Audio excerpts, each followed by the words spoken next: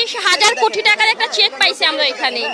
সবাই মিলে আমরা টিম আসছি, আইসা ওনার গাড়ি ঘেরাও করে ফেলেছি, তারপরে উনি করেছে, এই দেখেন গাড়ির অবস্থা, উনি পালানোর অনেক।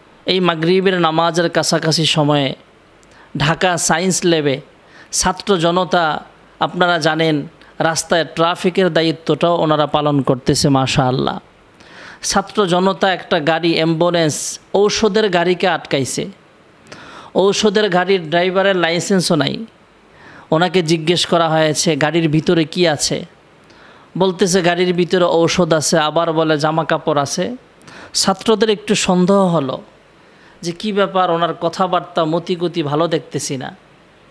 তখন ছাত্র জনতা যারা ট্রাফিকের দায়িত্ব পালন করতেছে, দায়িত্বরত, ওদের একটা টিম গাড়ির সামনে ঘেরাও করে ফেলে। ঘেরাও করে বলে আমাদেরকে আপনার গাড়ির ভিতরে কি আছে দেখাতে হবে। দেখাইতে চায় না। লাস্ট পর্যায়ে ছাত্রদের পীড়াপিড়িতে ড্রাইভার ওই গাড়ির দরজা খুলতে বাধ্য হয়েছে।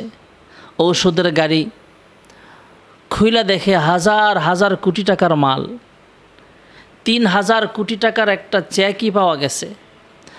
একজন মানুষ যদি 3,000 কোটি টাকার একটা চেক, সরকারি নথিপত্র সহ হাজার হাজার কোটি টাকার সম্পদ নিয়ে ঔষধের গাড়ি দিয়া পালাইতে পারে লুকায়া, এই মানুষগুলো বাংলাদেশের কত হাজার হাজার কোটি টাকার সম্পদ ওরা চুরি করেছে।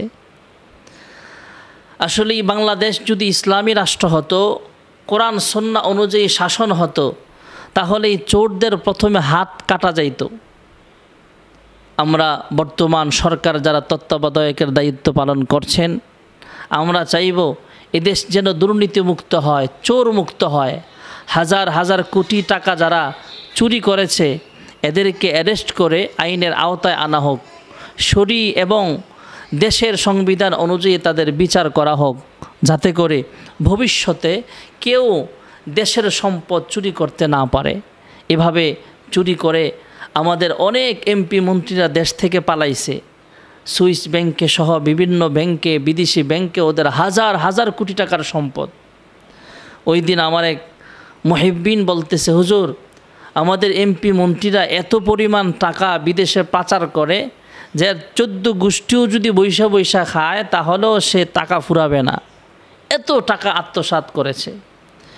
এজন্যই তো মাঝে মাঝে ওলামায়ে কেরাম আমরা সতর্ক করতাম জনগণকে এই স্বৈরাচার শাসকের বিরুদ্ধে। 2013 সালেও অনেক আলেম, অনেক সাধারণ মুসল্লি এবং অনেক ছাত্র জনতা, মাদ্রাসার ছাত্রদের উপরে ওরা অতর্কিত হামলা করেছিল শাপলা চত্বরে। 2013 সালের শাপলা চত্বরের 5 মের রাত্র আমরা ভুলি নাই। ওই কালো রাত্রে হাজার হাজার মানুষকে গুলি করে, এমনকি আমার এক ভাই বলতেছে যে ওরা আমাদের সামনে আমাদের ছাত্র ভাইদেরকে ছুরি দিয়ে জবেও করতেছে, জবে করে করে লাশগুলো ওরা গুম করে ফেলছে।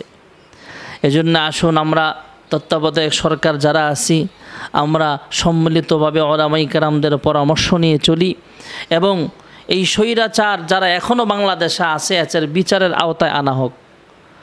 আর সামনে থেকে যেন আমাদের রাষ্ট্রীয় সম্পদ কেউ চুরি করার সাহস না পায়, এমন বিচার আমরা এদের বিরুদ্ধে চাই। কি মনে করেন 3,000 কোটি টাকা হোক, 1,000 কোটি টাকা হোক, হাজার হাজার কোটি টাকার একটা চেক একটা ড্রাইভারের হাতে দিয়ে যদি ওরা পাচার করতে পারে এবং সরকারি কোটি কোটি টাকার মাল নথিপত্র গাড়ির ভিতরে আছে, একটা ঔষধের গাড়ি দিয়ে পাচার করতেছে, তাহলে ওরা ক্ষমতায় থাকা অবস্থায় দেশের কত সম্পদ লুট করেছে। এদের বিচার আমরা চাই। বিশ্বের যে কোনো প্রান্তে এই স্বৈরাচাররা ছড়িয়ে ছিটিয়ে আছে, বাংলাদেশের টাকা যারা আত্মসাৎ করেছে, চুরি করেছে, এদের টাকাগুলো ফেরত আনা হোক।